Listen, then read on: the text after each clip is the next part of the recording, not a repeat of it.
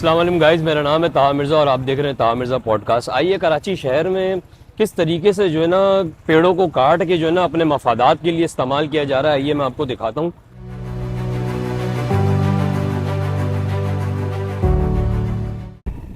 हाँ भाई, क्या कर रहे हो? ये क्यों तोड़ रहे हो ये लकड़ी भाई? हाँ तो यार ये देखे ना, ये कराची शहर में कोई पूछने वाला नहीं है, इस तरीके से लकड़ी को तोड़ा जा रहा है। ये क्यों तोड़ रहे हो? पेड़ लगा लगा के हम थक गए और ये जो है ना लकड़ियां तोड़ तोड़ के ले जा रहे हैं अपने मफादात के लिए। ये कोई इंसानियत तो नहीं है यार।